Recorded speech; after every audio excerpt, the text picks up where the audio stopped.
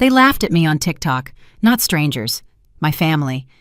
My sister zoomed in on my thrift store dress and said, "She can't even afford designer for the awards." My brother pinned his comment underneath right where everyone could see it. The poor relative.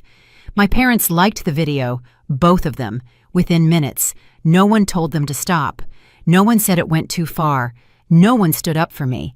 By morning, the video had crossed 1 million views, and I said nothing. 2 days later at my dad's company awards dinner, they sat front and center, smiling like royalty. Perfect posture, perfect clothes, perfect laughter for important people. They looked like a family who had everything figured out. I walked up to their table and said, "Welcome to my restaurant. We only serve real VIPs." The room froze. My mom's smile vanished. Her glass tilted in her hand, and for one long second, I thought she might drop it onto the white tablecloth. That pause is what everyone remembers. The silence.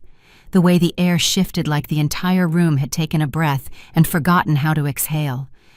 But this didn't start there. It started years earlier in a house where I learned how to be quiet without disappearing and how to disappear without anyone noticing I was gone. In my family, silence was my specialty, not because I had nothing to say, but because my words were never worth much to them.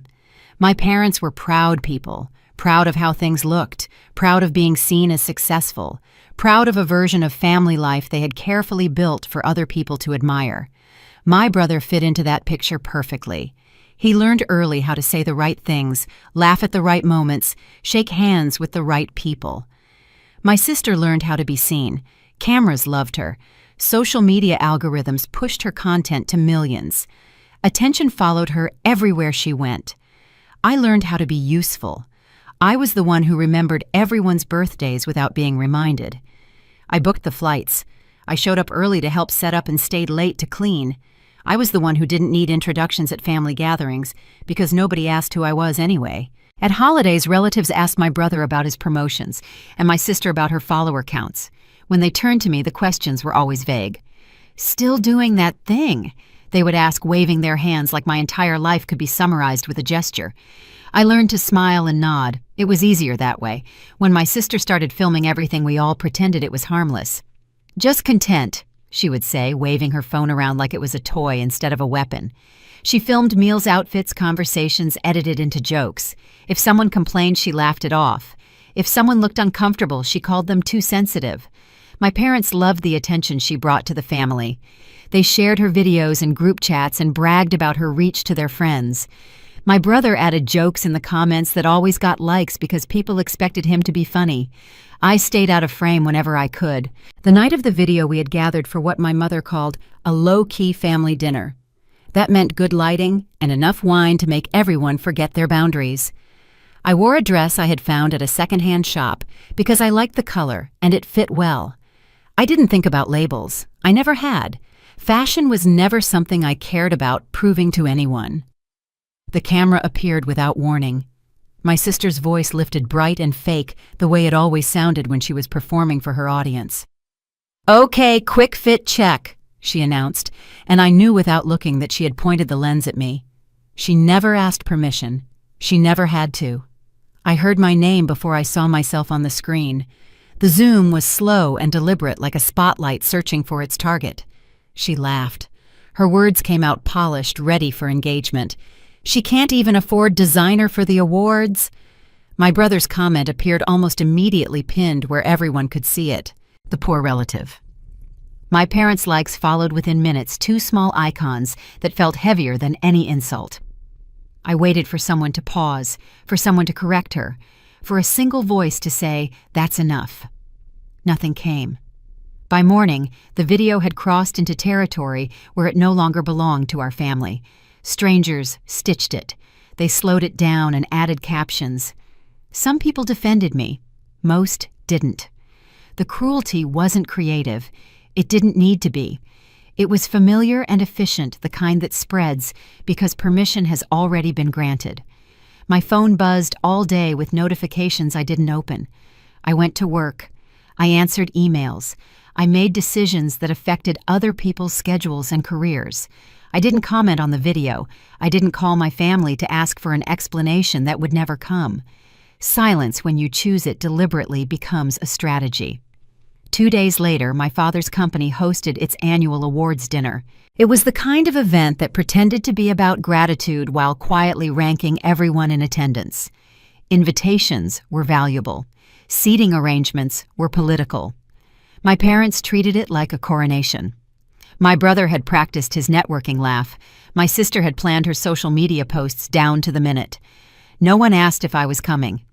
They assumed I would show up because I always did. The reliable one, the forgettable one, the one who could be counted on to fill a seat without causing any trouble. The venue hummed with energy when I arrived. Staff moved with practiced efficiency. Guests greeted each other with smiles that calculated their return on investment. My family was already there, exactly where they expected to be, front and center, visible, validated. My sister held her phone just low enough to suggest she might go live at any moment. My parents beamed at everyone who walked past. My brother leaned back in his chair, comfortable in a space he believed was built for people exactly like him. I watched them for a moment before I moved forward. Not because I was afraid, because timing matters. When I spoke, my voice didn't carry anger. It carried certainty. "Welcome to my restaurant," I said, and the words landed softly but impossibly loud at the same time. "We only serve real VIPs." Confusion flickered across faces trained to hide it. My mother's smile collapsed. Her hand tightened around her glass until I thought the stem might snap.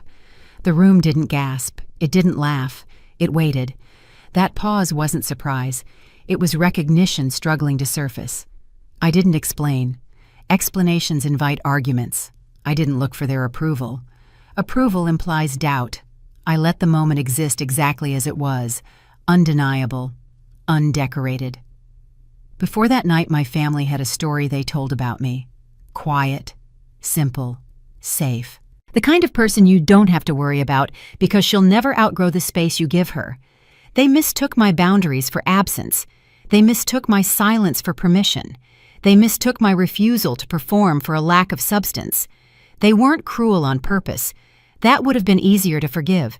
They were comfortable. And comfort breeds the kind of carelessness that doesn't recognize itself as cruelty.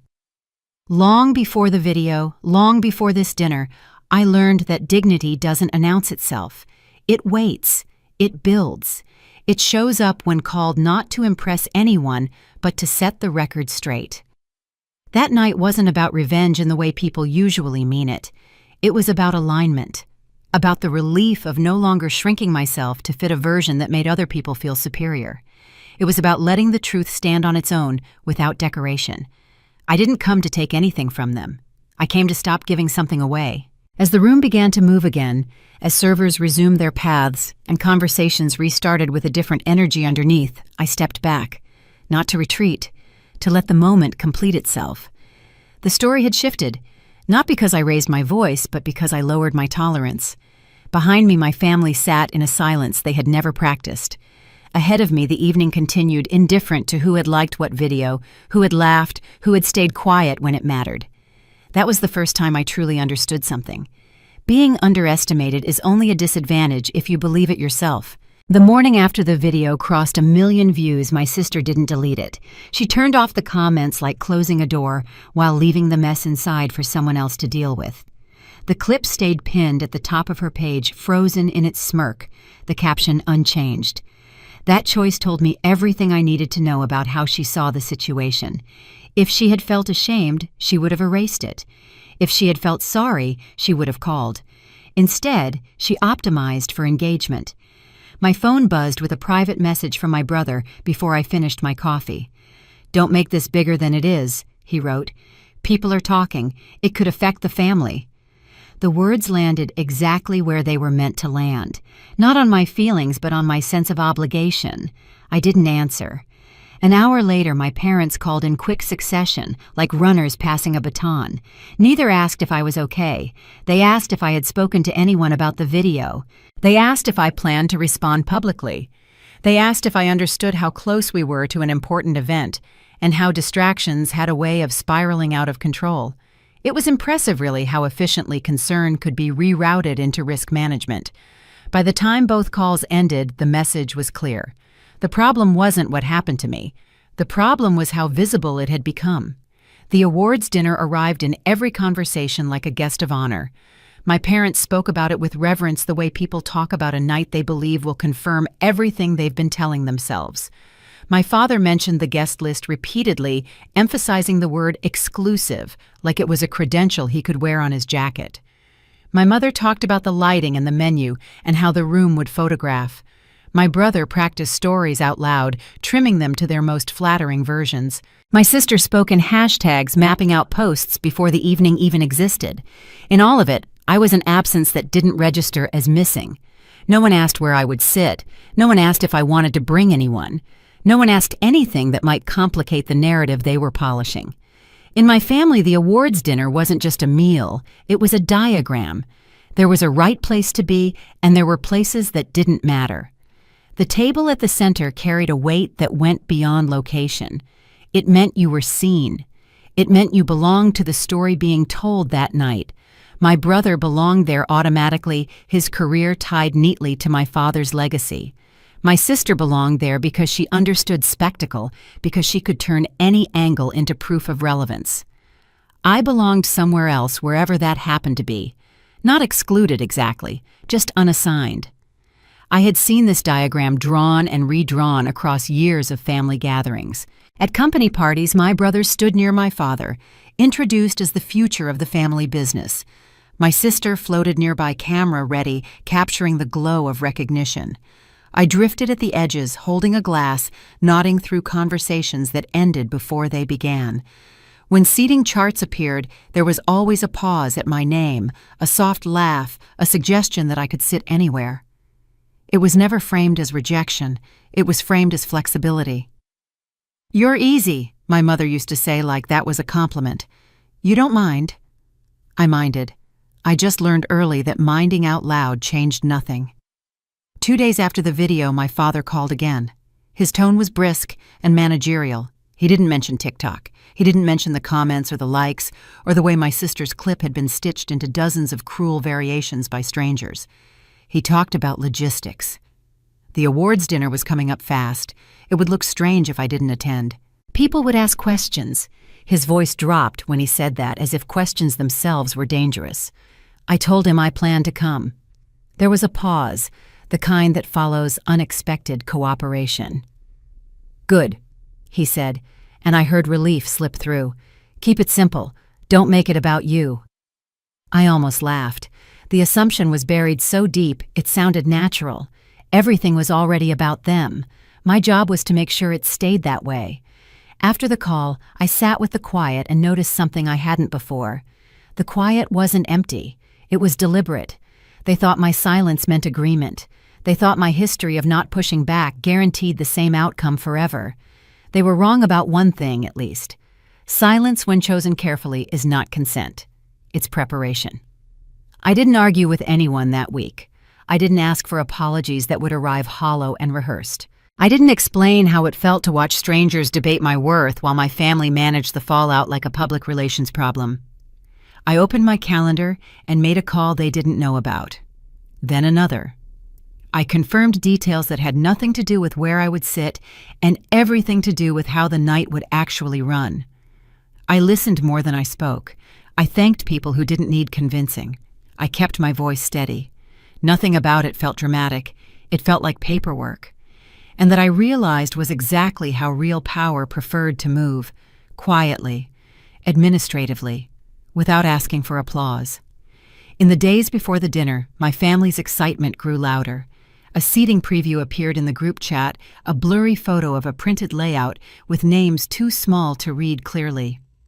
My sister circled the center with a heart emoji. My brother joked about finally being able to hear himself think at a proper table. My mother reminded everyone to arrive early for photos. I scrolled past it all without responding. They took my silence as confirmation. They always did. The night unfolded with the precision of a ritual. The room filled the way rooms like that always fill with people greeting each other by titles with laughter calibrated to carry just far enough. My family moved as a unit toward the center, drawn by instinct as much as invitation. They took their seats and settled into the attention they assumed would follow. My sister angled her phone. My brother adjusted his jacket. My parents leaned into each other with the satisfaction of a plan coming together. I arrived separately. Not late, not early. On time in a way that didn't announce itself. I spoke to someone who recognized me immediately and waited where I was asked to wait. From there, I could see my family clearly. They didn't see me. They were too busy being seen. When my sister glanced at the seating chart again, she laughed. "At least not everyone has to be up front," she said, as if sharing a private joke with the air around her. My brother nodded, already half-turned toward a conversation he expected to be part of. My parents smiled the kind of smile that believed itself earned. I watched them with a calm that surprised me. For years I had wondered what it would feel like to stop wanting a place I had never been offered. The answer was simple. It felt like clarity. They thought the center was a reward, proof they had been chosen. I knew better. The center was a stage, and stages have a way of exposing the people who assume they own them. I didn't move yet. There was no rush. Timing matters, and the room wasn't ready. As servers passed and conversations braided together, I let the evening settle into the shape my family expected. They thought they were exactly where they belonged. They had no idea how temporary belonging could be. When I finally stood, it wasn't to claim a seat. It was with the understanding that seats could be reassigned. The difference mattered. As I took my first step forward, I caught my sister's eye for half a second. Her smile flickered. Not because she recognized anything specific, because something in the room had shifted and she didn't know why. They thought the golden table was a prize. I knew it was a spotlight. And spotlights, when they turn, reveal everything. They never knew what I did for a living. Not because I hid it, but because they never thought to ask. Whenever my name came up with relatives or family friends, my parents used the same vague phrases delivered with a practiced smile. "She works in service. She does some kind of management thing." It sounded harmless, almost generous, like they were sparing everyone the trouble of details. The truth was simpler. Details require curiosity, and curiosity had never been extended in my direction. At family dinners, questions moved in predictable circles. My brother was asked about growth projections and next steps in the company. My sister was asked about Reach Collaboration's brand deals. When someone turned toward me, it was usually to ask if I wanted more water or whether I was still living in the same apartment. If I started to answer beyond the surface, the moment passed. Someone interrupted. Someone redirected. The conversation found its way back to safer ground, and I learned to stop chasing it. In another life, in another room, what I did mattered very much. I owned a restaurant called Laurel, not a small one, not a struggling one, a destination that people traveled across the country to experience. Tables were booked 3 months in advance. Food critics wrote about the attention to detail, the warmth of the service, the way every evening felt curated without feeling forced. We had been featured in national magazines recommended by chefs who could have dismissed us as competition, but chose instead to send their friends. I had started it 8 years earlier with savings I had scraped together from jobs my family never asked about, loans I paid back ahead of schedule, and a vision nobody believed in except me. The name came from a memory I had almost forgotten. When I was 7, my grandmother took me to her garden and showed me a laurel bush growing against the back fence. "This plant means victory," she told me, breaking off a small branch and tucking it behind my ear. "The Greeks used to crown their heroes with it." She died 2 years later, and no one in my family ever mentioned her garden again. But I remembered. When I signed the lease on my first location, I knew what I would call it before I knew what color to paint the walls. The early years were brutal. I remember nights when I stayed at the restaurant until 3 in the morning, reviewing orders, fixing mistakes, learning everything the hard way, because I couldn't afford to hire people who already knew. I remember the first time a customer sent back a dish, and I wanted to cry in the walk-in cooler. I remember standing there among the produce crates, pressing my palms against my eyes, telling myself that if I could just get through the next hour, the next service, the next week, something would change. I remember the first time a review called us one of the best-kept secrets in the city, and I printed it out and taped it to the wall behind the bar where only the staff could see it. My sous chef, A woman named Grace, who had been with me since month 3, read it aloud during our pre-service meeting. The team applauded, and I had to turn away so they wouldn't see my eyes watering. It was the first time anyone had validated what I was trying to build. The first time the work felt like it might actually lead somewhere. Grace was still with me 8 years later. She had turned down offers from bigger restaurants, more prestigious kitchens. When I asked her why she stayed, she shrugged and said, "Because you actually listen. You don't pretend to know everything. That's rare." I didn't know how to respond, so I gave her a raise and hoped that said enough. There was a moment about 4 years in when everything almost fell apart. A supplier disappeared with a payment I had made in advance. A key employee quit without notice during our busiest season. The building's plumbing failed in a way that shut us down for 11 days. I remember sitting alone at the bar after midnight, adding up numbers that didn't work, wondering if I had made a mistake that would cost me everything. I called my parents that night. I don't know why. Maybe I wanted them to tell me it would be okay.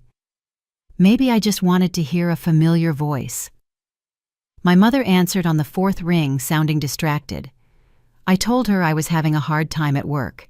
She said, "Oh, honey, everyone has bad days. You'll figure it out. Listen, I have to go. Your father needs me for something." The call lasted less than 2 minutes. I sat there for a long time after she hung up, staring at my phone, feeling something close inside me that I hadn't even realized was still open. But I didn't quit. I found another supplier. I hired someone better. I negotiated with this building owner and got a rent reduction in exchange for handling the repairs myself. I spent 3 nights sleeping on the office couch so I could supervise the plumbers and electricians. When we reopened, we were stronger than before. The regulars came back. The reviews stayed positive. We survived. That was when I understood something about myself that my family had never bothered to learn. I didn't fold under pressure. I got quieter, more focused, more determined. The same qualities they dismissed as lack of ambition were the ones that kept my business alive. A typical day at Laurel started at 10 in the morning and didn't end until well past midnight. I would arrive before anyone else, walking through the empty dining room, checking the tables, adjusting a chair here, a napkin there.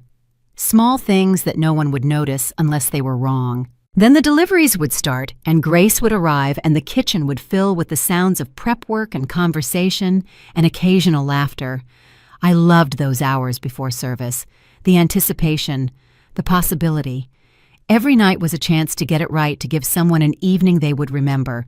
I had regulars who came monthly, who knew the staff by name, who sent thank you notes after special occasions we had helped them celebrate.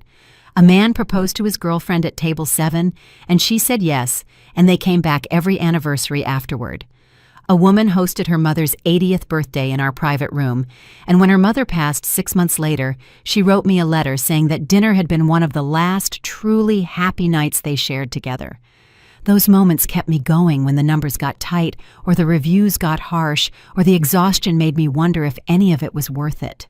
My days were structured by decisions that didn't leave room for ambiguity. I coordinated teams who didn't have time for guesswork. I approved budgets that required accountability.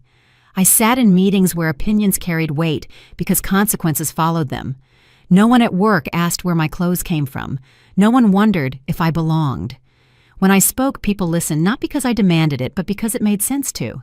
The contrast used to confuse me. I would leave work feeling aligned and capable, then step into a family dinner and feel myself flatten. It wasn't that I became someone else. It was that the version of me they recognized had been decided long ago, and anything outside it was quietly ignored. My phone would buzz during meetings with messages from home about events I hadn't been asked to help plan, awards dinner reminders, timing updates, outfit discussions. Not once did anyone ask how my day had gone or what I was working on. They didn't mean to exclude me from their thoughts. They simply didn't factor me in. The label they used most often was unambitious. It slipped out casually dressed as concern. "You're not like your brother," my father said once, as if that were a diagnosis. "At least you're stable," my mother added, as if stability were a consolation prize for not wanting more. My sister liked to explain things to people before I could speak for myself. She doesn't like the spotlight. It wasn't untrue, but it wasn't the truth either. I didn't avoid the spotlight. I avoided performing for people who mistook noise for value. Words shape rooms. Over time, their language built a small, padded version of me that fit neatly into the family story. The one who didn't push, the one who didn't need much, the one who would be fine wherever she landed. It was convenient for everyone else. It meant no one had to adjust their expectations or make space. Success in our house was something you displayed. If you didn't display it, it didn't count. I remember one dinner years ago when I still believed enthusiasm might matter. I had been working on a major event, one of the first times a private investment fund had booked our entire venue for an evening. I was proud of it, not in a loud way, but in the quiet way you feel when something hard finally comes together. Halfway through the meal, during a lull that seemed safe, I mentioned it. My brother cut in before I finished steering the conversation toward a client of his own. My mother nodded along, then asked someone to pass the bread. Someone said we'd talk about it later. Later never came. The table filled with other voices and my words dissolved into background noise. I remember going home that night and sitting on my couch in the dark for a long time. Not crying, just sitting, feeling the weight of being invisible to the people who were supposed to know me best. The next morning, I got up and went to work and did my job and didn't mention the dinner to anyone. What would have been the point? That was when something shifted. Not with anger, with clarity. I understood that explaining myself wouldn't change my position. It would only exhaust me. So I stopped offering context that wasn't requested. I stopped correcting assumptions that weren't curious enough to care. I kept my work where it belonged, in rooms that understood it. At home, it became easier in its own way. I let them believe what they wanted. Silence became self-preservation. 3 weeks before the awards dinner, a calendar invite landed in my inbox. The subject line matched the event my family had been discussing for months. My father's company had chosen Laurel as the venue. They didn't know it was mine. The booking had gone through the usual corporate channels handled by a coordinator who had no idea about my family connection. When I saw the confirmation, I read it twice. Not because I was surprised, because the parallel paths I had been walking for years were about to intersect in a way that couldn't be ignored. I sat at my desk for a long time after I saw that email. My hands were shaking slightly, not from fear, from something I couldn't quite name, anticipation maybe, or the strange vertigo of watching two separate lives collide. I didn't tell anyone. I didn't change my plans.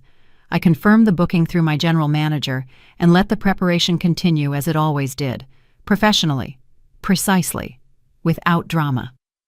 Grace noticed something was off during our planning meeting. "You okay?"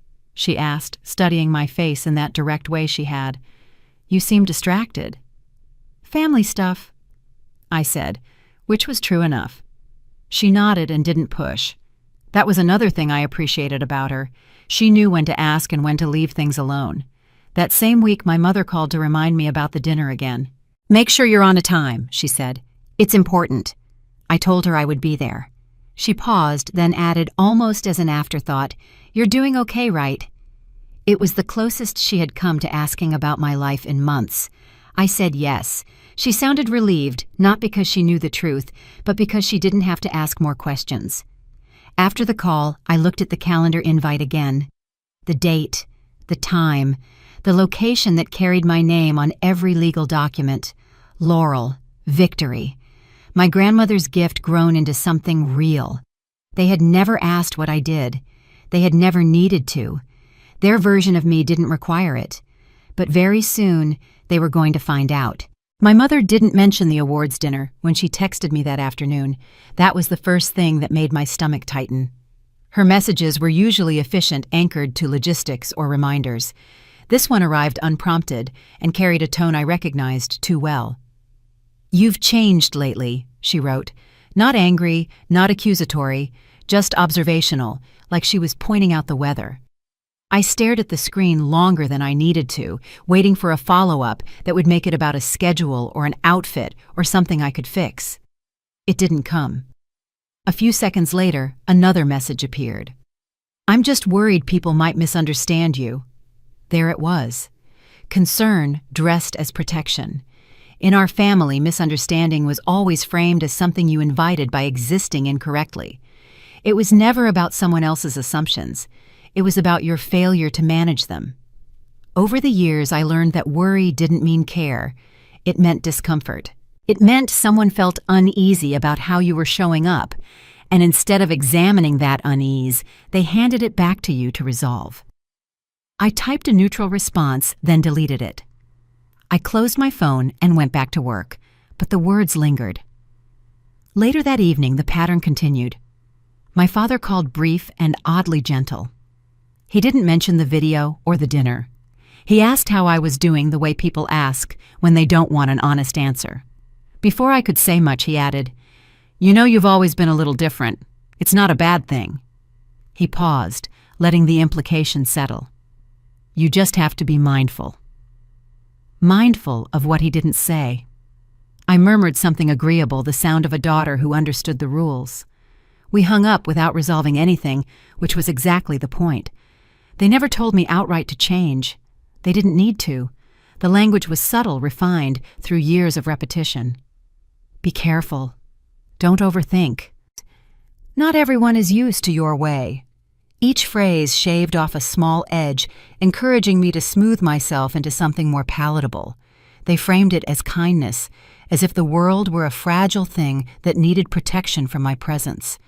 It took me a long time to realize the discomfort wasn't out there. It lived at home.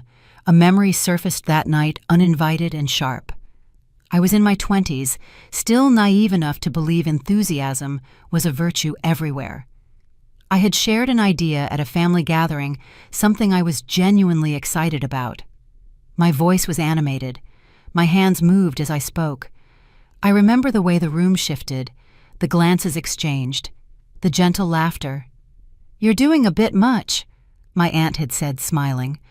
My mother squeezed my arm and whispered, "Not everyone needs that level of intensity." The message was clear. Tone it down. Be less. The idea itself hadn't been wrong. I had been. That lesson repeated itself in quieter ways over the years. Opinions softened before they left my mouth. Reactions muted. Pride trimmed into something almost apologetic. No one asked me to disappear. They just preferred me smaller, easier to place, easier to explain. Another memory followed the first. I was 32, standing in my mother's kitchen, telling her about a business award I had been nominated for in the restaurant industry. She listened while loading the dishwasher, not looking at me. When I finished, she said, "That's nice. Have you thought about what you'll wear to David's promotion party?" My brother's promotion party. An event 3 months away. My award, which was happening in 2 weeks, had already been filed under things that didn't require attention. I remember standing there watching her arrange plates, understanding that I could win every award in my industry, and it would never register on the scale they used to measure success. Their scale only counted what they could brag about at dinner parties. A daughter who ran a restaurant didn't fit the story they wanted to tell. My sister called the next day, her voice bright and conspiratorial. She didn't mention our parents or the video. Instead, she spoke as if we were on the same side of an unspoken problem. "You know," she said, "I think if you just stayed a little more low-key, things would be smoother. People don't hate you. They just don't know how to read you." I listened, the old reflex to accommodate stirring in my chest. When she finished, I asked quietly, "Do you want them to understand me, or do you want me to disappear enough that they don't have to try?" The line went silent. She laughed awkwardly, then changed the subject. We hung up without circling back. That was when it clicked. This wasn't about an outfit or a tone or a single incident. It was about permission. Who was allowed to take up space and on what terms? My family was comfortable with me as long as I fit the version they had already accepted. The moment I stepped outside, it even accidentally they reached for familiar tools to nudge me back into place. Concern, worry, advice.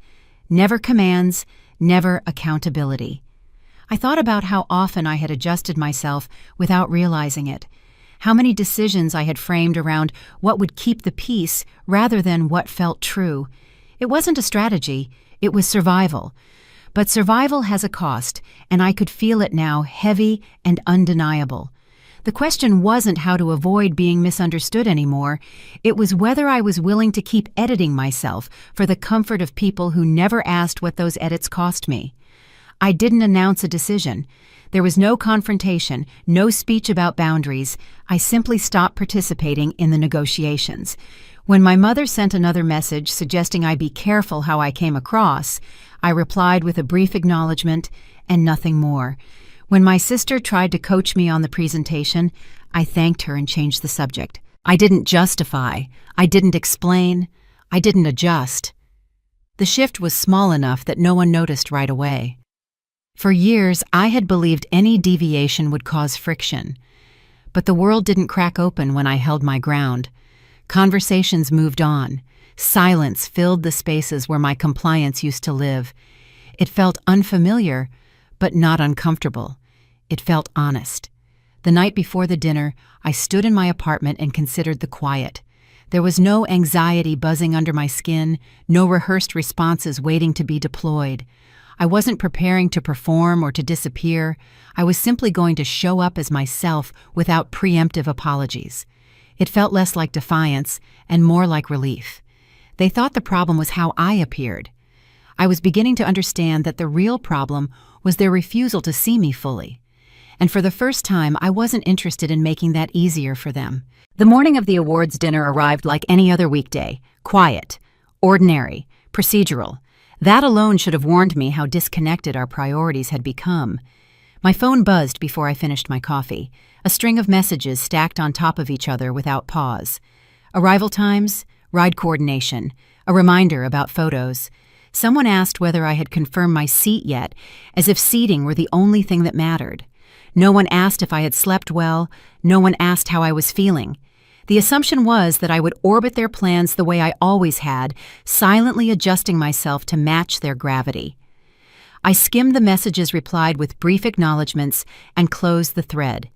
Then I grabbed my bag and went to work. The office didn't know it was a special day, and I appreciated that more than I expected. I had set up a workspace at the restaurant years ago, a small room behind the main office, where I could handle administrative tasks without interrupting service. My calendar was full. Calls started on time. Decisions landed where they needed to.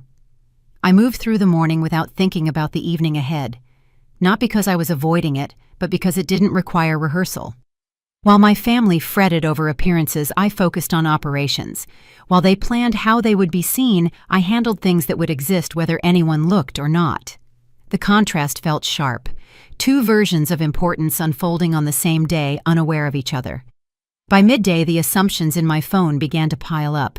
My sister texted to tell me not to arrive early because it might feel awkward. She meant it kindly, I think, but the implication was clear. There would be a right time for me to appear, and it wouldn't be when important things were happening. My brother followed up with advice to stay close to him once I got there, so he could introduce me to people if needed. My father chimed in with a reminder that all I had to do was show up. The simplicity of that instruction carried weight. Show up, be present, don't complicate things. None of them asked how I planned to get there, whether I needed anything, or what my evening looked like beyond their frame. Dependents had been assigned to me without consultation. I left work at the usual hour. Not early, not rushed. The city moved around me with the indifference of a place that didn't care about family drama or social performances. By the time I reached the venue, my family had already arrived together. Their entrance had been synchronized, their energy unified. They stepped inside as a group greeted by staff who recognized names on a list and guided them forward with practiced efficiency. I watched from a distance as they were ushered along confident and unhurried, already settled into the belief that this night belonged to them. I didn't follow the same path. I arrived alone not because I had been excluded, but because I had chosen not to join their procession. There was no line to stand in, no need to announce myself. A staff member caught my eye, hesitated for half a second, then nodded with recognition. The interaction was brief, almost invisible, and entirely different from the one my family had just experienced. I was guided through a side corridor, a path reserved for people who belonged to the operation rather than the audience. The room didn't change when I entered, but the way it held itself did. That shift went unnoticed by the people who had stopped looking for me. My family settled into their seats with the ease of people accustomed to being centered. They laughed, loudly shared stories, and pointed out details they found impressive. Compliments came their way, and they accepted them as confirmation rather than coincidence. My sister angled her phone for a quick video, capturing the glow of the room and her own satisfaction. My brother remarked that our father must have pulled some strings to secure a place like this. My father smiled, pleased with the implication. From where I stood a few steps removed, I could see how complete their confidence was. They believed the setting reflected their status. They didn't realize how easily settings can be mistaken for mirrors. I didn't approach them. I stayed where I was watching without urgency. A senior staff member passed by, paused, and leaned in to ask a quiet question. I answered just as quietly. There was a nod of understanding, a brief exchange of confirmation, and then they moved on. The entire interaction took seconds. My family didn't notice. They were too busy performing, comfort too busy, enjoying the assumption that everything unfolding around them was a result of their own importance. The program edged closer to its start. The room filled with a low hum of anticipation. Glasses were raised. My sister declared the night well-deserved, her voice carrying just far enough to be heard by the tables nearby. My family toasted themselves. To work hard, to good timing, to the satisfaction of being in the right place. I felt no urge to interrupt them. The moment didn't require my presence yet. It required their certainty. I watched as people began to take note of the room in a different way. Small adjustments rippling outward. Conversations paused and restarted. Attention shifted subtly like a current changing direction. None of it pointed toward my family. None of it included them. They didn't notice because they weren't looking. They had already decided where significance lived, and it wasn't in the periphery. I stayed still, allowing the distance to do its work. There is a tension that builds when truth sits just out of frame, close enough to be felt, but not yet acknowledged. I could sense it now, tightening the air. My family laughed again, oblivious. They believed they were seated in the most important place in the room. They didn't know that importance had little to do with where you sat, and everything to do with when you were seen. As the lights shifted and the first notes of attention gathered at the front, I took a breath. Not to steady myself, to mark the moment. They were exactly where they thought they should be. That was the mistake. They were in the right place for the wrong reasons, convinced that the view from their table told the whole story. It didn't occur to them to look for me because in their minds, I had never left the margins. They raised their glasses one more time, my sister calling the night perfect. I didn't smile. I didn't frown. I simply acknowledged the precision of the timing. They believed they were sitting in the most prestigious position available. They didn't know they were sitting exactly where they needed to be, waiting for the moment when the room would finally notice who had been there all along. I stepped forward without announcing myself, and the room adjusted as if it had been expecting me all along. There was no sudden hush, no dramatic turn of heads, just a subtle rearranging of bodies and attention that created a clear path where there hadn't been one a moment earlier. Staff shifted instinctively, not because I asked them to, but because they recognized something familiar in the way I moved, the way I belonged to the flow rather than fighting it. I didn't rush. I didn't search for my family's faces. I let the distance close at its own pace, each step measured unhurried, carrying a weight that didn't need words to justify it. From their table, the change registered as a disturbance before it registered as me. My sister's laughter cut off mid-sentence, the sound flattening into an awkward pause. She lowered her phone, the stream she had been half-heartedly running forgotten as her eyes narrowed. She leaned toward my brother and whispered something sharp and incredulous, her gaze flicking between me and the staff who had parted without hesitation. My brother followed her line of sight, his expression tightening as he scanned the room for someone to intervene, someone to explain why this was happening. No one did. My father noticed last his practiced smile holding for a beat too long before faltering. He adjusted in his seat, glancing around as if the room had shifted its angles without consulting him. The closer I got, the more the room seemed to recalibrate. Conversations that had been directed toward my family drifted elsewhere. A few guests I recognized nodded in passing brief acknowledgments exchanged without ceremony. They didn't stop me or call out. They didn't make a show of familiarity. It was the kind of recognition that didn't need to be proven. My family watched these interactions with growing unease. Their confidence thinned as they realized they were no longer the center of the exchange they had assumed was theirs. My sister tried to recover first. She straightened, plastering on a smile that didn't quite reach her eyes, and attempted to catch the attention of a nearby guest who had been speaking animatedly moments earlier. The guest offered a polite nod and turned away their focus, already redirected. My sister's smile flickered. She glanced at her phone, then set it down. The impulse to document had suddenly lost its purpose. My brother cleared his throat and made a joke, his voice louder than necessary, the punchline landing in a pocket of indifference. No one laughed. My father lifted his glass in a half-formed toast, a gesture that usually drew immediate response. This time the expected reaction didn't come. He lowered the glass slowly, confusion settling into the lines of his face. I could feel the shift before I reached them. Authority in a room changes hands without formal announcements. It wasn't taken from them. It simply stopped responding.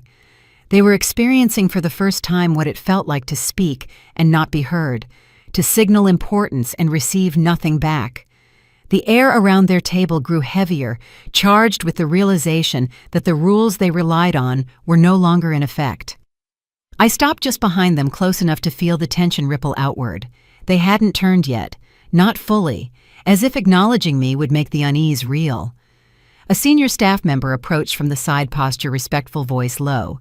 They asked a question meant only for me, a procedural check that confirmed what had already been decided. I nodded once. The exchange was brief, efficient, invisible to anyone not looking for it. My family heard the murmur, but couldn't make out the words. That uncertainty unsettled them more than any announcement could have. My sister was the first to turn. Her eyes met mine, and for a fraction of a second the old pattern tried to reassert itself. There was surprise, yes, but also something like disbelief, as if she were waiting for me to apologize for being there to explain myself back into the margins. I didn't. I held her gaze without challenge, without apology, and watched as her confidence slipped.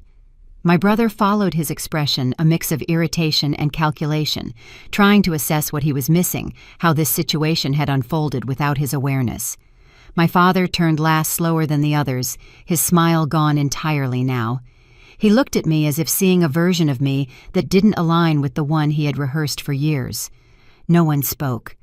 The silence stretched, not empty, but full of questions no one dared to ask out loud. Around us, the room continued to move, attention flowing past their table as if it were no longer a focal point. They had believed the evening revolved around their presence, that their seating guaranteed significance. Standing there, I could see the moment that belief cracked. It wasn't dramatic. It was worse. It was quiet. My brother shifted in his chair, the humor he usually wielded as a shield nowhere to be found. He glanced at my father, then back at me, his jaw tightening. My sister's hands hovered near her phone, uncertain whether to pick it up or leave it where it was. My father sat still, shoulders squared, by habit eyes searching mine for an explanation I had no intention of providing. They were waiting for me to say something, to break the tension, to restore the familiar hierarchy with a few self-deprecating words. I didn't give them that relief. The staff member spoke again, softer this time, a simple prompt that signaled readiness. I acknowledged it with another nod, my focus never leaving my family's faces. The exchange was enough to confirm what they were beginning to understand. Whatever authority governed this space did not answer to them. Around us, a few heads turned, curiosity sharpening into interest. Whispers threaded through the room, not loud enough to carry, but persistent enough to be felt. My family sensed it. They had spent their lives reading rooms, leveraging perception, and now that skill betrayed them. The more they tried to regain their footing, the more obvious their loss of balance became. I stood there close enough to hear my sister's breath hitch, close enough to see the calculation in my brother's eyes falter, close enough to feel my father's authority drain into something fragile. I didn't need to say who I was or why I was there. The room was already responding in ways that made explanations unnecessary. This wasn't a confrontation. It was a correction. They had believed I didn't belong at this table, that my place was somewhere else, quieter, less visible. Standing there, I could see them grappling with a new question, one that unsettled them far more than my presence ever had. It wasn't about whether I deserved to be there. It was about whether they did. For a long moment, no one moved. The silence pressed in heavy and expectant, and in that space the truth settled without being spoken. They had built their certainty on assumptions that no longer held, and now they were left to sit with the discomfort of being seen through a lens they couldn't control. I didn't step back. I didn't step forward. I let the moment breathe, knowing that whatever came next would land harder because it arrived without warning. They had once believed I wasn't worthy of sitting with them. Now, as the room adjusted around us, they were forced to confront a far more unsettling possibility. Maybe the question had never been whether I belonged at the table. Maybe it was whether they were prepared to remain there once the room finally saw us clearly. I stopped at the edge of the table close enough that they could no longer pretend I was a coincidence, far enough that no one could accuse me of invading their space. My heart was pounding harder than I wanted to admit. I could feel my pulse in my throat, that familiar rush of adrenaline that comes right before you do something you cannot take back. For a moment, I thought about turning around, walking away, letting them have their evening and their assumptions and their comfortable version of me. But I had spent 38 years turning around. I didn't clear my throat. I didn't say anyone's name. I let the silence stretch just long enough to feel deliberate, then spoke in a voice that I hoped sounded calmer than I felt. "Welcome to my restaurant." I paused.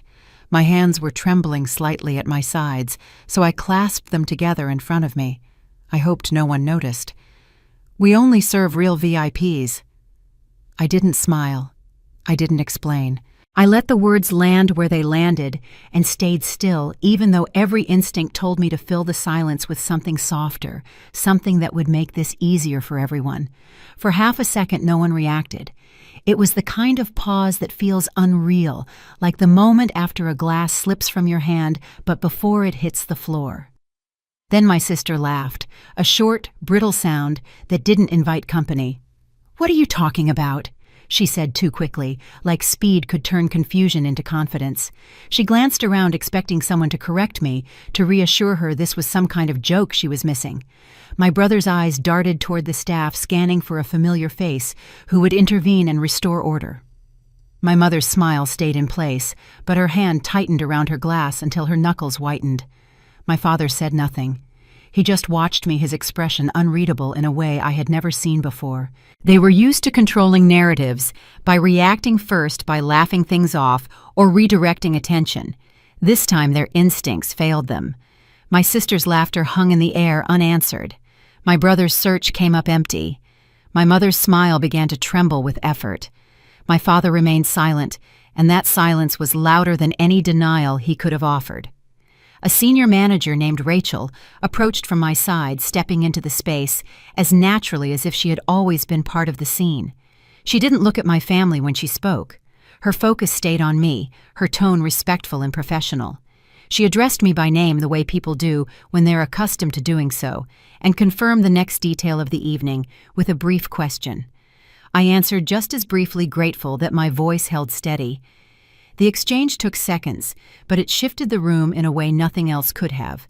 No mention of money, no declaration of ownership, just a simple acknowledgement of authority delivered without ceremony. My sister's face drained of color as the implication settled.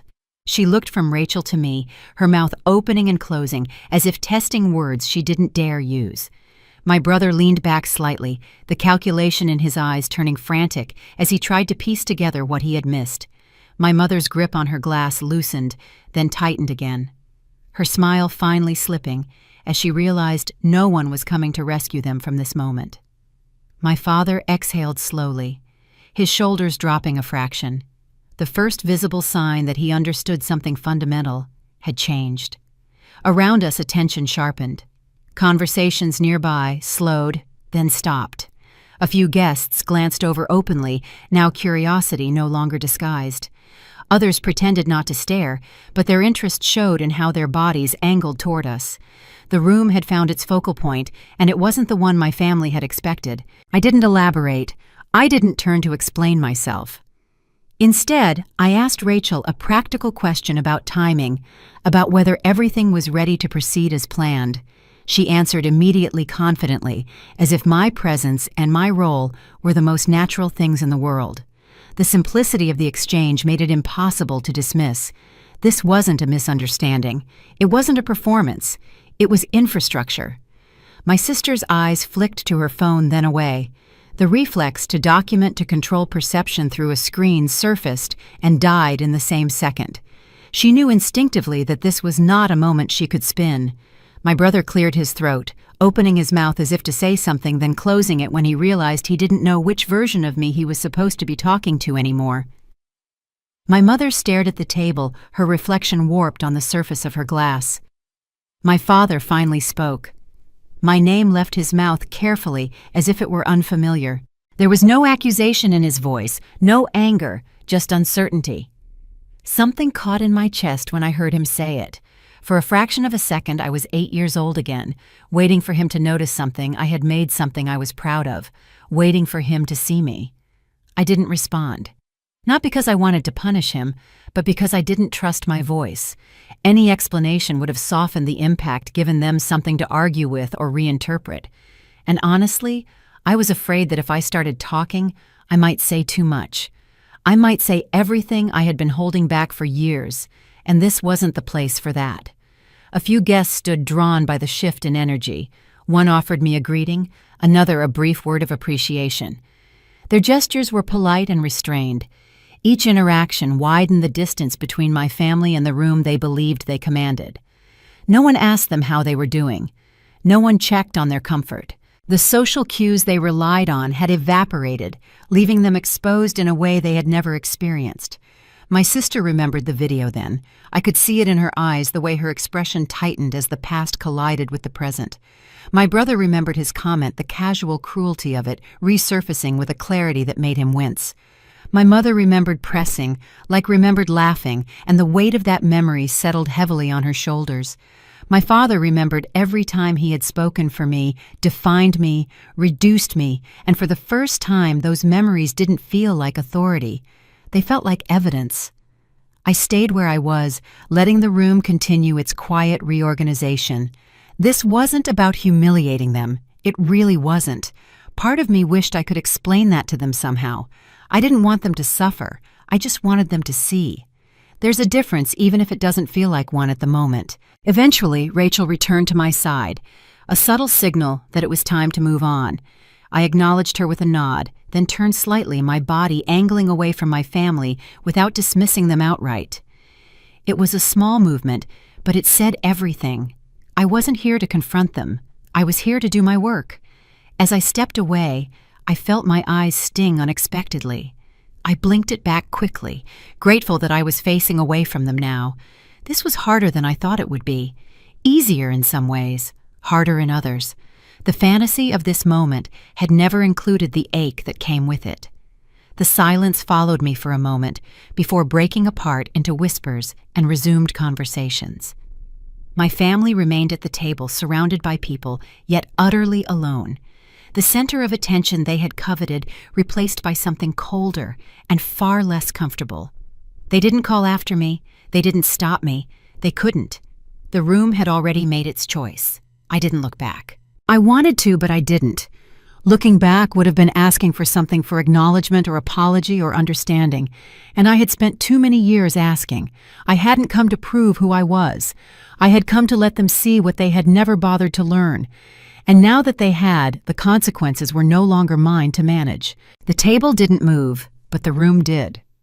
My family remained seated exactly where they had been, hands folded, glasses half full, posture stiff with the memory of confidence. Yet the space around them thinned, as if the air itself had decided to circulate elsewhere. Conversations that once bent in their direction now angled away. Laughter rose from other tables and slid past them without catching. They were still visible, still present, but no longer anchored to anything that mattered. The realization arrived slowly enough to be cruel. I watched from across the room, busying myself with the details of hosting that had become second nature over the years. Checking in with the kitchen, confirming the timing of the next course, making sure the servers had everything they needed, normal things, the things I did every night regardless of who was sitting at which table. But tonight wasn't normal, and pretending otherwise took more effort than I expected. My sister tried first to reclaim what she had lost. She straightened her shoulders, smiled with practiced ease, and lifted her phone again, searching for a frame that would make sense of the moment. She tapped the screen, checked the signal, adjusted the angle, then went live with a brittle brightness that didn't reach her eyes. The comments didn't come. The viewer count stalled, then dipped.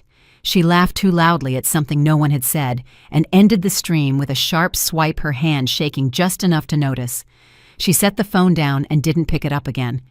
I felt something twist in my stomach watching her. Not satisfied. Something more complicated than that. My sister had built her entire identity around being watched, and now the watching had turned into something else entirely. I knew what that felt like, the ground shifting beneath you when you thought you knew exactly where you stood. My brother leaned back and scanned the room, identifying faces he knew, faces that had once responded to a nod or a raised glass. He stood, smoothed his jacket, and approached one of them with a grin he had used 100 times before. The man returned the greeting politely, glanced past him, and excused himself with an apology that sounded sincere but final. My brother hovered for a second, then retreated, the grin collapsing into something smaller and more guarded. He tried again with another familiar figure, and was met with a distracted smile and a quick pivot away. Each attempt stripped a layer of certainty from him, leaving behind an unease he couldn't joke his way out of. My mother signaled for a staff member, her movement subtle, confident in the way people get when they expect service without question. The staff member approached, listened carefully, and responded with impeccable professionalism, but without warmth. No deference, no special accommodation. Just the rules applied evenly. My mother nodded, thanked them, and watched as they moved on without lingering. Her lips pressed together, the polite mask finally slipping, as she realized courtesy wasn't the same as priority. Around them, whispers began to travel. Not loud enough to challenge, not bold enough to confront, but persistent. Questions floated from table to table, curiosity sharpening into speculation. Who was she? Why had the manager deferred to her? What was her role here? No one answered outright. No one needed to. The absence of denial spoke louder than any explanation could have. Rachel found me near the kitchen entrance, her expression professionally neutral, but her eyes asking a question. "Everything okay?" she asked quietly. I nodded, then shook my head, then shrugged. "I don't know," I admitted. I thought I would feel different. Different how? I considered the question. I don't know. More victorious, maybe, or more relieved. Instead, I just feel, and I searched for the right word and couldn't find it, tired. Rachel nodded like she understood, even though she couldn't possibly understand all of it. "You want me to handle anything, keep them comfortable?" "No," I said and meant it. "Just treat them like any other guests. That's all I want." She nodded again and moved away to handle something else, leaving me alone with my thoughts for a moment. My father leaned toward my brother, his voice low, controlled. I couldn't hear what he said, but I could imagine it. Something neat and dismissible. A misunderstanding. A publicity arrangement. A coincidence blown out of proportion. My brother latched onto it immediately, nodding with relief, adding his own rationalizations. My mother listened in silence, her gaze fixed on the table, fingers tracing the stem of her glass. She didn't agree. She didn't argue. Her quiet carried more weight than either of them realized. My sister picked up her phone again, not to stream, but to scroll her thumb, moving faster as she searched for something familiar to ground her. I knew what she would find. The video was still there, the one that had started everything, and by now the comments would have shifted. Where there had once been laughter, there would be confusion. Questions, recognition dawning in real time. She read one comment aloud, without meaning to, her voice catching on the words. "Wait, isn't this her place?" Another followed, then another, each one tightening the knot in her chest. I could see it from across the room, the way her shoulders hunched slightly, the way she locked the phone and stared straight ahead, as if refusing to see could undo what had already been seen. My brother glanced at her screen despite himself, his jaw clenching as he recognized the turn. He scrolled through his own notifications, the casual cruelty of his comment resurfacing in screenshots and replies he couldn't delete fast enough. My mother closed her eyes for a moment, the weight of it settling fully. She understood something the others didn't yet. This wasn't about tonight alone. This was about permanence, about how the internet doesn't forget how laughter leaves a residue that no amount of damage control can scrub away. She opened her eyes and looked toward where I stood. Our gazes met for just a second before I looked away. I wasn't ready to face whatever was in her eyes. Not yet. Maybe not ever. My father's voice grew firmer, his denial sharpening into irritation. He raised his glass again, attempting to summon the old ritual, but the gesture felt hollow now. A habit stripped of context, the room continued without them.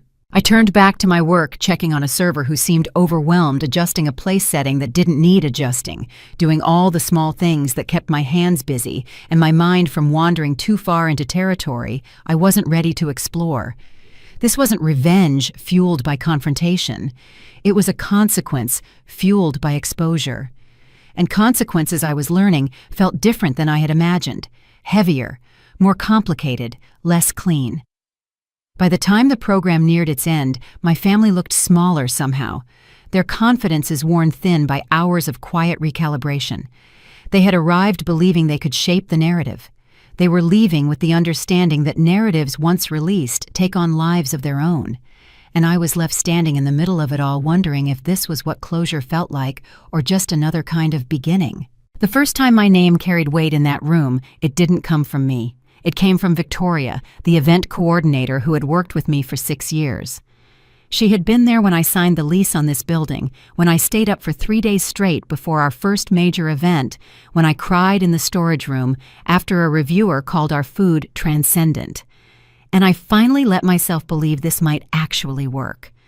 Her voice was clear and unhurried, rising just enough to cut through the ambient murmur as the program shifted toward its closing acknowledgments.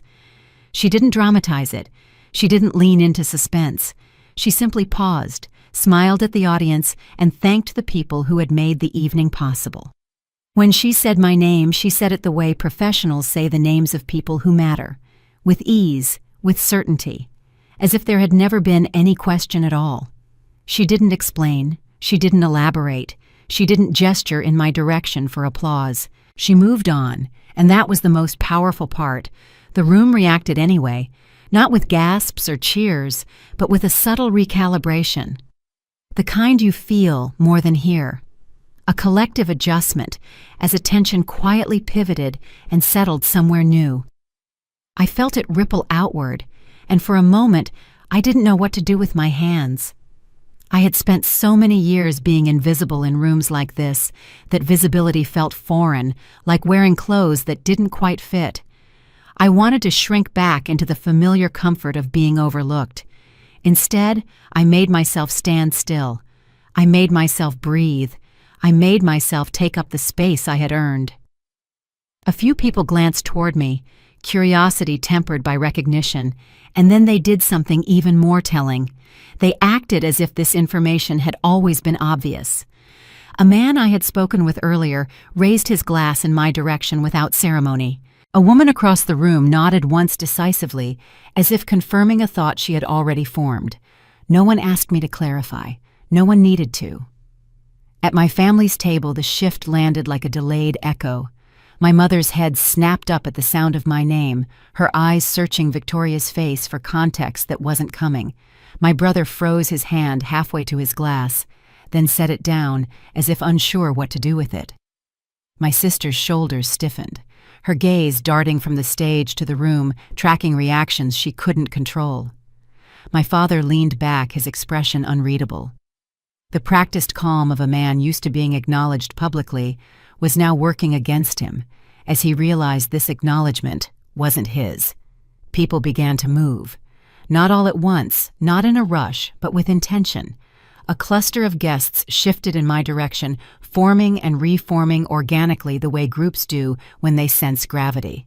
They greeted me without hesitation, without preamble speaking, as if we had always been meant to talk, as if the barrier that had once existed had simply dissolved. A few mentioned the event, thanked me for my role in it, without probing for details, and moved on confident in the exchange. It wasn't flattery, it was alignment. And it felt strange and wonderful and terrifying all at once. Victoria continued through the program, unbothered by the undercurrent she had set in motion. That mattered. She wasn't performing advocacy. She was doing her job, and in doing it well, she made the recognition unassailable. My father tried to intervene. He rose from his chair and approached a conversation I was having with a pair of executives.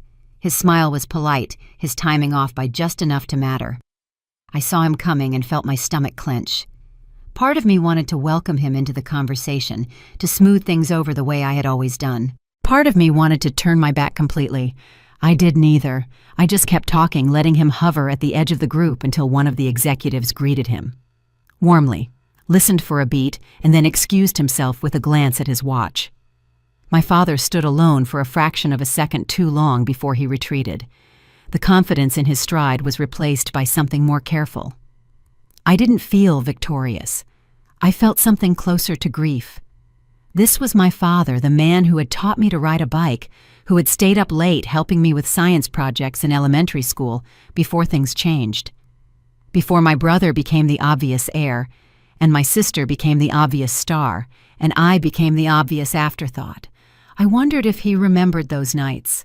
I wondered if he knew how much they had meant to me, how long I had held on to them as proof that he had loved me once before I stopped being useful to his image of success. My brother attempted a similar maneuver moments later, inserting himself into a discussion with a joke that would have landed in any other room on any other night. It fell flat.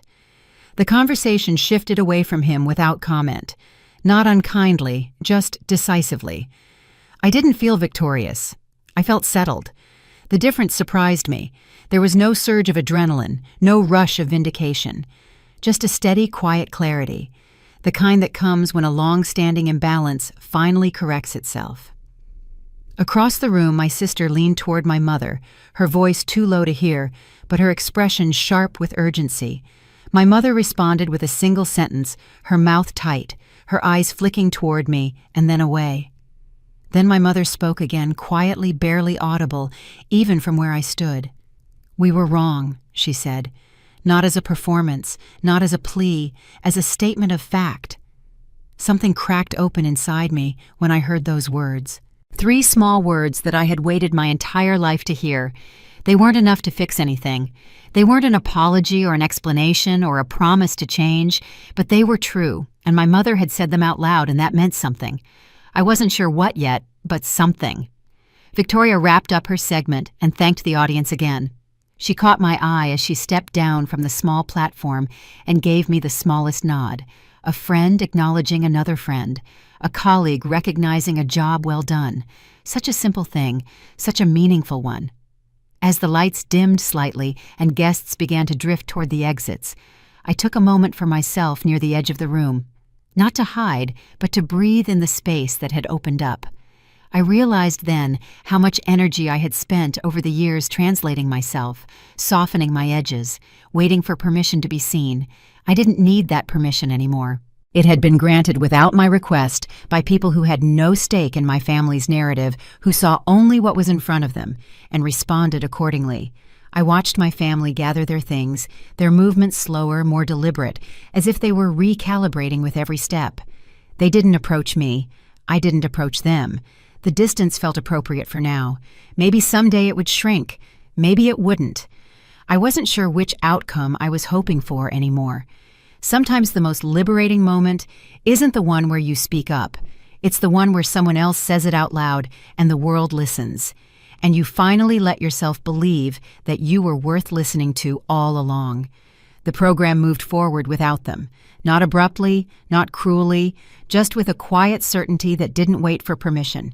Names were called, achievements were acknowledged, applause rose landed where it was meant to, and faded again. My family sat through it all as if the current had shifted slightly and left their table untouched.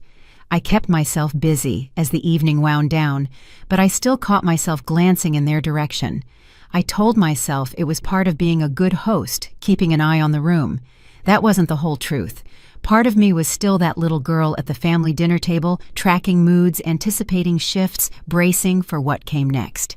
Some habits take longer to break. My father adjusted in his seat, straightened his jacket, and glanced toward the stage as if a cue had been missed. It hadn't. The program was running exactly as planned. He just wasn't part of it anymore. Staff moved through the room with their usual efficiency, but when they reached my family's table, the difference became clear. Service arrived. Service left. No pause, no extra check-in, no subtle question about whether anything else might be needed. The small invisible preferences my family had grown used to were gone, replaced by something flatter and more even. Just the rules applied without exception. I had given my team clear instructions before the event. Treat them like any other guests. Professional courtesy. Nothing more, nothing less. No one questioned it. They didn't need to. The losses accumulated quietly. A conversation my father approached ended sooner than it should have. A handshake my brother offered was returned without follow-up. My sister once asked about projects and reach and numbers, fielded no questions at all. No one was unkind. No one was impressed either. Indifference settled in, and it carried more weight than rejection ever could. I found myself near the kitchen entrance again, watching without meaning to. Rachel appeared beside me with a clipboard and a question about next week's private event. I answered on autopilot, my attention still anchored across the room. "You okay?" she asked quietly when we finished. I considered lying, saying I was fine, saying this was exactly what I wanted. "I don't know," I said instead. "It's strange. Strange how I spent years imagining what it would feel like if they finally saw me," I said. "And now they do. I thought I'd feel proud, vindicated. Instead, I just feel sad." Rachel didn't try to fix it. She didn't offer reassurance. She stood with me for a moment, then squeezed my arm once and went back to work. Across the room, my mother glanced toward me and then looked away. My father sat still, hands folded, composure intact but strained. My sister traced a pattern on the table with her fingertip. My brother checked his watch, impatience replacing confidence. They looked lost. It was unsettling to witness. My whole life they had moved through the world with the certainty of people who had never been told they didn't belong. Now that certainty was gone, and they didn't know where to put their hands. I didn't intervene. I didn't offer comfort or clarification. Not because I wanted them to suffer, but because I didn't know what I could say without pulling us back into old roles. This wasn't a misunderstanding to correct. It was a recalibration. And recalibrations take time. As the program wound down, my family gathered their things carefully. Movements measured as if trying not to attract attention that no longer responded. When they stood, no one rose with them. When they moved toward the exit, the flow of the room parted briefly and closed again without pause. I watched them go. My father's straight back, my mother's careful steps, my brother's hands shoved into his pockets. My sister clutched her phone like a lifeline that had stopped working. They had believed status could be held in place through visibility, through laughter, and the right seats in the room. Tonight they were learning that status exists only as long as other people agree to participate in it. Part of me wanted to run after them, to say something, to ask if there was a version of us that could exist without hierarchy, without favoritism, without the quiet cruelty of being overlooked. But I didn't. Tonight wasn't the moment. Too much had shifted. I stayed and finished what I had come to do, thanking the last guests, confirming cleanup, returning to the small, ordinary tasks that made up my life, a life I had built without permission or applause. Outside, the night air felt steadier, quieter without the hum of attention. I took a slow breath. Tomorrow I would wake up and do this all again. The same work, the same purpose, the same life I had chosen. The only difference was that now they knew, and knowing didn't change who I was. It only changed who they thought I was. That was enough. It had to be. I turned back towards the building, toward the work that was waiting, toward the life I had earned. Somewhere in the city, my family was driving home in silence, rearranging their understanding of the world to include a version of me they had never bothered to imagine. I hoped it was uncomfortable, and I hoped eventually it would lead to something better. But that work was theirs now. Mine was already done. My phone buzzed as the last of the staff began clearing tables in the main room. The message was short, almost formal. My father wanted to talk. Not tomorrow, not later, now.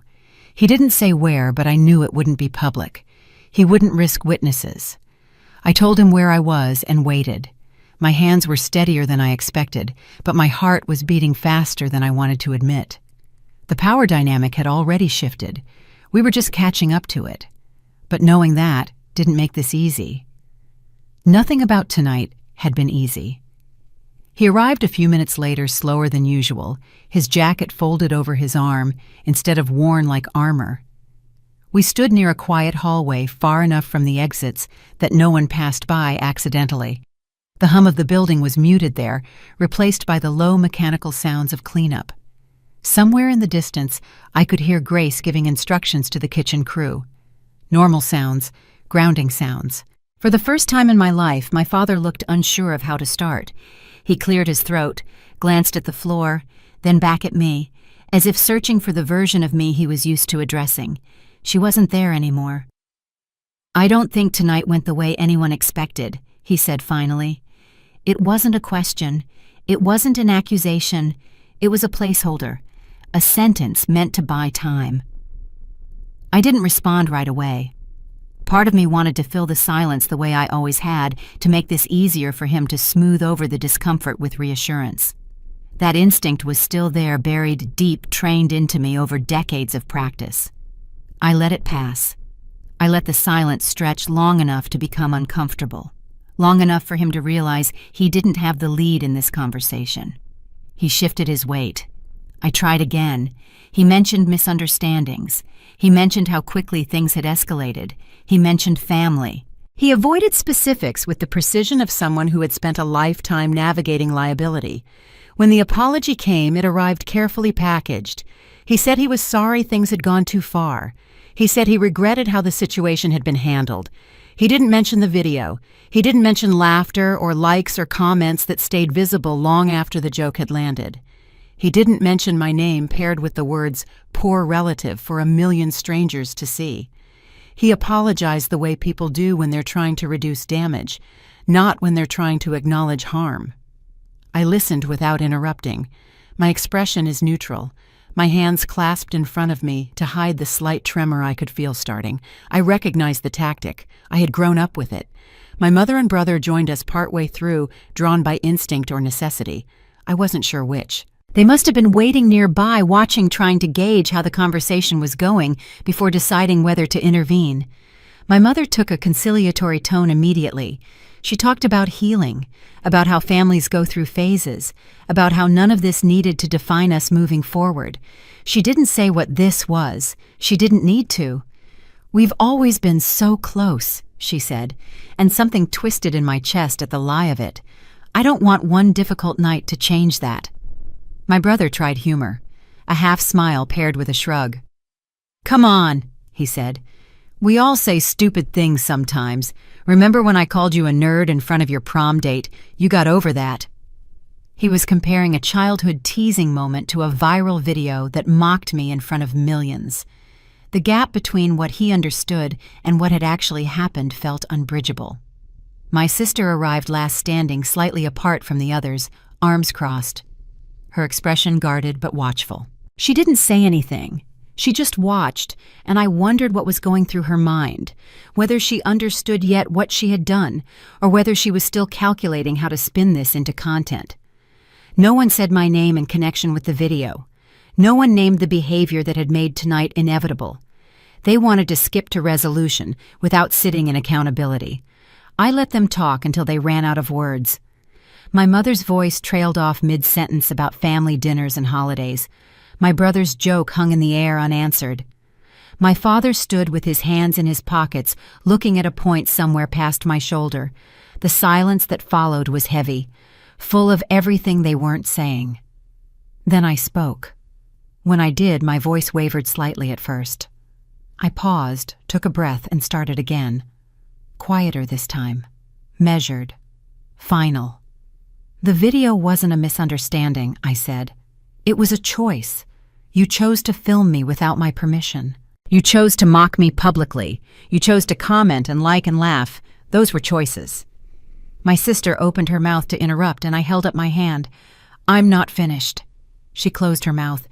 "I've spent my entire life being the easy one, I continued.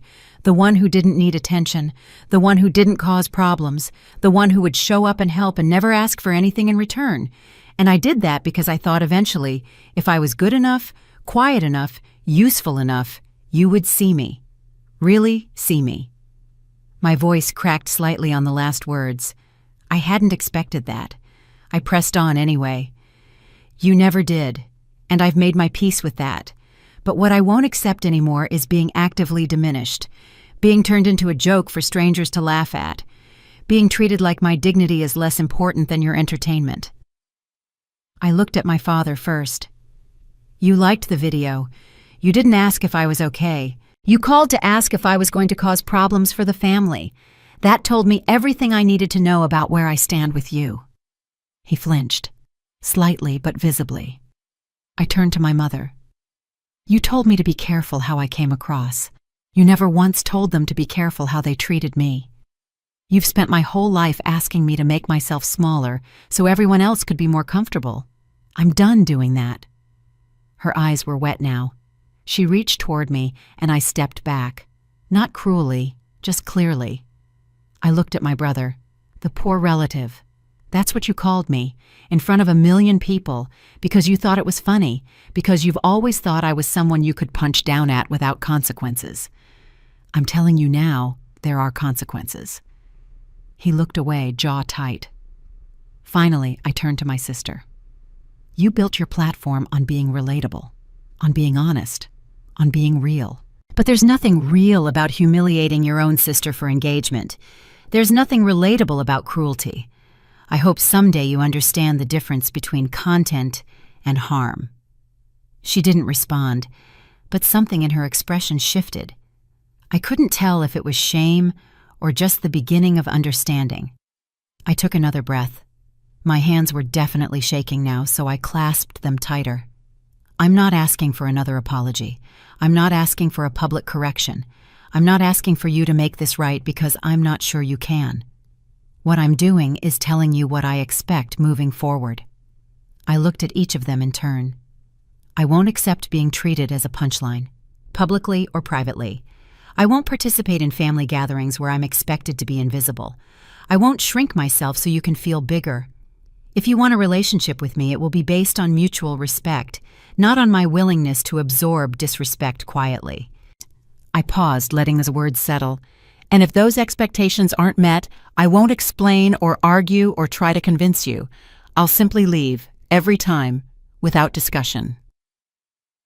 The silence that followed was different from before. It wasn't full of things unsaid. It was full of things that were finally spoken. My mother's tears were falling now, but she wasn't making a sound. My brother stood with his arms crossed, staring at the floor. My sister had uncrossed her arms, her posture shifting towards something that looked almost like acknowledgement. My father cleared his throat. He started, then stopped. I tried again. I didn't know about any of this, the restaurant, what you built.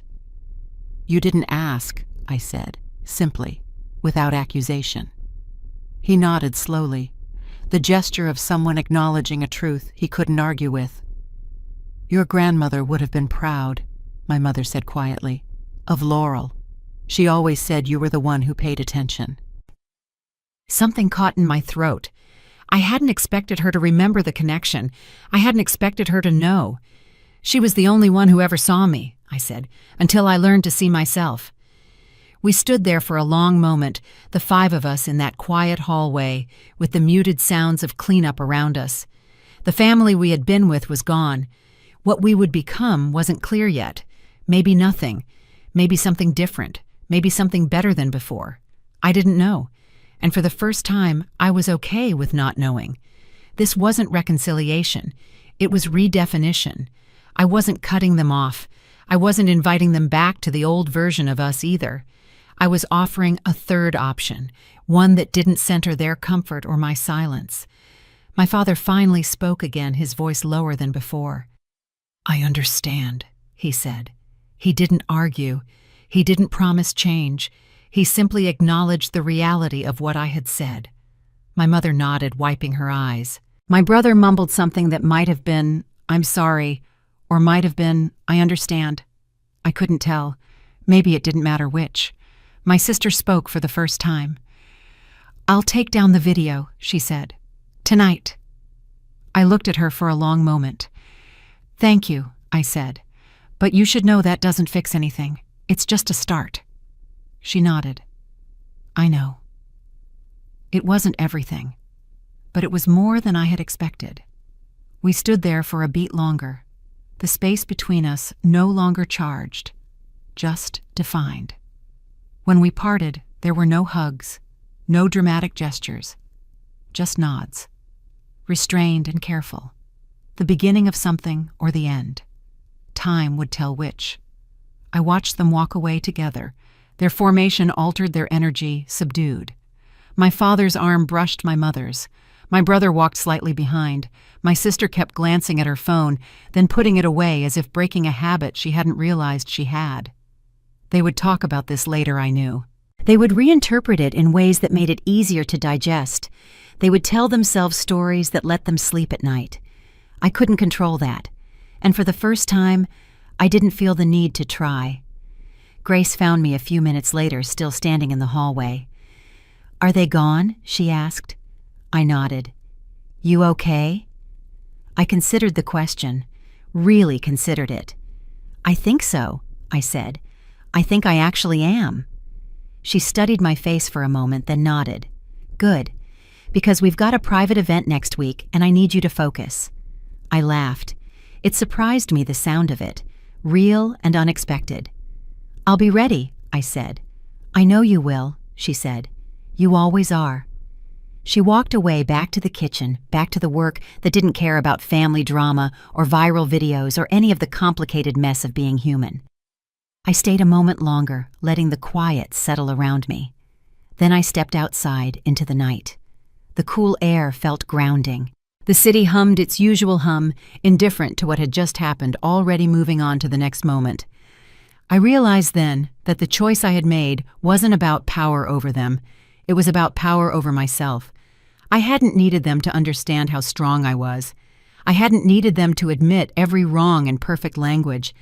I hadn't needed their validation or their approval or their finally seeing me. I needed them to understand one thing only, and I had made it clear. I would never make myself smaller again for their comfort. The rest was up to them, and whatever they decided, I would be okay. Because I had Laurel. I had Grace and the team and the work I loved. I had a life I had built with my own hands, one quiet decision at a time. That was enough. That had always been enough. I just hadn't known about it until now. I woke up the morning after the awards without the rush I had expected. No spike of adrenaline. No instinctive reach for my phone to check reactions or replay moments. The quiet surprised me. My body felt loose in a way it hadn't in years. Like I had been carrying something heavy for so long, I had forgotten what it felt like to set it down. I lay there for a minute, listening to the ordinary sounds of a new day starting, and realized my thoughts weren't orbiting anyone else's opinions. There was no urge to explain, no urge to justify. The absence was clean. I moved through the morning slowly, deliberately, doing small things without narrating them to myself. Coffee tasted like coffee, not like fuel for another performance. Sunlight came through the window and stayed where it landed. I didn't replay the night. I didn't rehearse conversations that might come later. For the first time in a long while, my mind wasn't preparing for defense. It felt almost empty. And that emptiness felt like space, rather than loss. Messages trickled in as the day went on, not in a flood, but in a steady, manageable stream. Some were from people who had known me peripherally, colleagues who had once spoken to me cautiously and now wrote with an ease that hadn't been there before. A few were from people who had underestimated me openly, their tone subtly recalibrated, respectful in a way that didn't ask for absolution. There were no dramatic apologies, no confessions, just a shift. I answered some, ignored others, and felt no guilt either way. I wasn't collecting evidence of validation anymore. I didn't need it. As the hours passed, memories surfaced uninvited. Not sharp, not painful, just a present. Times I had been described as low-key, unambitious, practical in a way that meant small. At times I had adjusted my voice, my posture, my presence to make rooms more comfortable. I saw those versions of myself clearly now, not with embarrassment, but with understanding. I hadn't been wrong to be quiet. I had been early. I had been conserving energy for a life that didn't require permission to unfold. My family reached out later in measured ways that reflected the new terrain between us. No jokes, no comparisons, no rankings disguised as concern. Conversations were polite, cautious, almost formal. We spoke about logistics, about neutral topics, about plans that didn't involve proximity. The absence of closeness didn't sting the way it once would have. Distance, I realized, wasn't the same as rejection. Sometimes it was the shape peace took when old dynamics no longer fit. I noticed how little I wanted to perform my freedom. There was no desire to dress differently to signal change, no urge to tell the story again and again to underline the point. The compulsion to be seen had loosened its grip.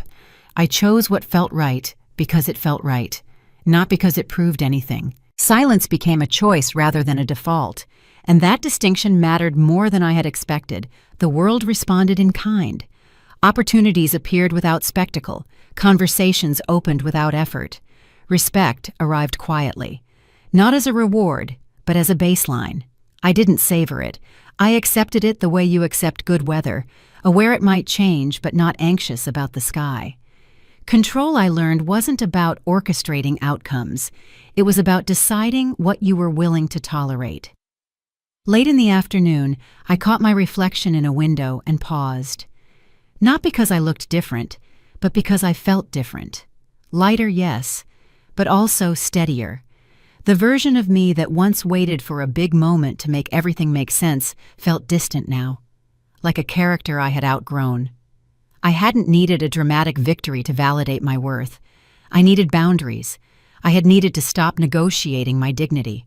I thought about the word revenge and how easily it gets misunderstood. This hadn't been about humiliation or payback. It hadn't even been about justice in the way people like to frame it.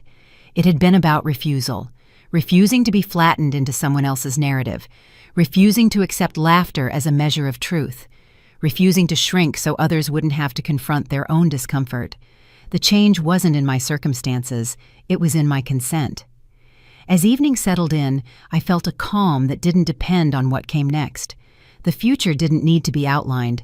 I trusted myself to meet it without armor. The story I had been living under had lost its authority, and in its place was something quieter, sturdier mine.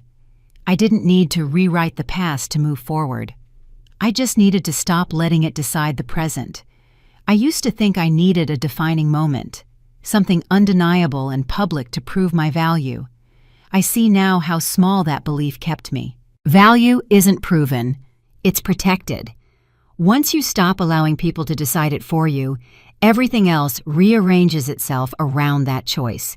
The shift doesn't announce itself, it settles in, and life continues. Different in ways that don't ask for applause. If you've ever been the one underestimated in your own family, the one people felt comfortable laughing at because you didn't push back, you're not alone. If you've ever been told you were too quiet, too plain, too much, or not enough, and believed it because the voices were familiar, I see you. Sometimes the most important revenge isn't loud. It's choosing yourself and letting the rest fade into the background.